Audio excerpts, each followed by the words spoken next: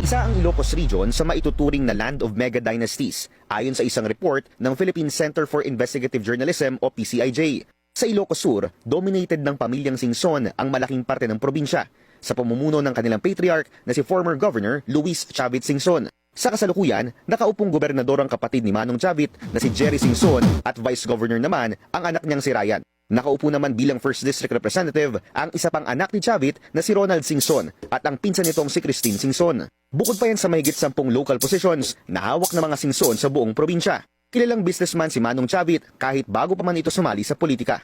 Kasalukuyan niyang pinamumunuan ang Luis Chavit Singson o LCS Group of Companies na may 12 kumpanya ayon sa website nito. Kabilang ng isang power corporation, isang mining corporation at isang airline operations company. Hindi pa kabilang dyan ang Partas Bus Lines na pagmamayari rin ng dating gobernador. Sa pagsusuri ng Billionaire News Channel, napag-alaman namin na konektado rin sa isang construction firm si Manong Chavit, ang Satrap Construction Corporation o tila binaligtad lamang na Partas. Base sa datos ng DPWH, nakakubra ang kumpanya ng 62 public works contracts sa Ilocos Sur mula 2016 hanggang 2025 na nagkakahalaga ng 2.7 billion pesos.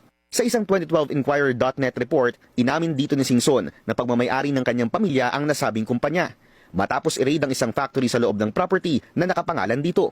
Sa isang 2018 DPWH contract, isang Reynaldo Atienzar na ang nakalagay na Authorized Managing Officer. Sa isang 2022 contract naman, napalitan muli ito ng isang Rolando Tica. Sa kasalukuyan, isang Engineer Harold Molina na ang nakalagay sa papel bilang presidente ng Satrap Construction Corporation. Sa isang June 21 post, binati ni Molina si Manong Chavit sa kanyang kaarawan na tinawag itong Our Big Boss. Sa magkakaibang okasyon, consistent na nagpo-post ng pagbati ang Facebook page ng Satrap Construction kay Manong Chavit at anak nitong si Vigan City Mayor Randy Singson ng Happy Birthday from your Satrap Construction family.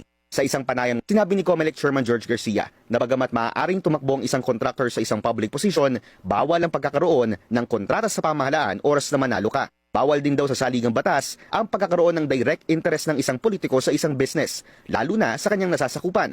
Kabilang na riyan ang pagkakaroon ng kontrata ng iyong mga kamag-anak o mga kapamilya sa mga lugar na nasa ilalim ng iyong jurisdiction dahil sa conflict of interest. Sa pagsusuri ng aming team, parehong Singson na nakaupong district representatives sa 2 distrito ng Ilocos Sur ngayong 2025 elections. Kaparehong taon kung kailan nakuha ng Satrap Construction Corporation ang pinakamalalaking kontrata nito sa loob ng 9 na taon. 8 public works contracts na nagkakahalaga ng 543 million pesos.